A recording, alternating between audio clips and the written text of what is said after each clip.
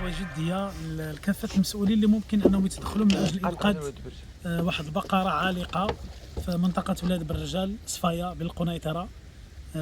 كنا كنديروا واحد الجوله في الفلوكه، تفاجئنا بالتواجد ديالها. سولنا السيد اللي معنا في الفلوكه قال لك على ان راه حاصله من الصباح. نتمنوا على ان المسؤولين يتدخلوا. كان الحديث مؤخرا على الاستيراد ديال الابقار البرازيليه من اجل حمايه القطيع الوطني. ها هي وحده من الممثلين ديال القطيع الوطني حاصله هنا في الغيس. نتمنوا على ان المسؤولين يتدخلوا عاجلا من اجل انقاذ هذا الروح. هذه راها روح ايضا مسكينه كتعذب وكتعاني من الصباح، ومع الاسف الا زادوا تاخروا ما عتقوهاش غادي توفى في هذه الظروف المأساويه اللي ما كنتمناوها لا للطير ولا الحيوان ولا الانسان. صفايه في الواد ديال سبو، هذه البقره راه حاصله من الصباح. حنا مشينا وعاود جينا ولقيناها مازال حاصله هنايا في الغيس. نتمناو يجيو يعتقوها ويخرجوها ويستافدوا منها الناس، ما تبقاش مسكينه هنا. هذه دعوه جديه. شكرا.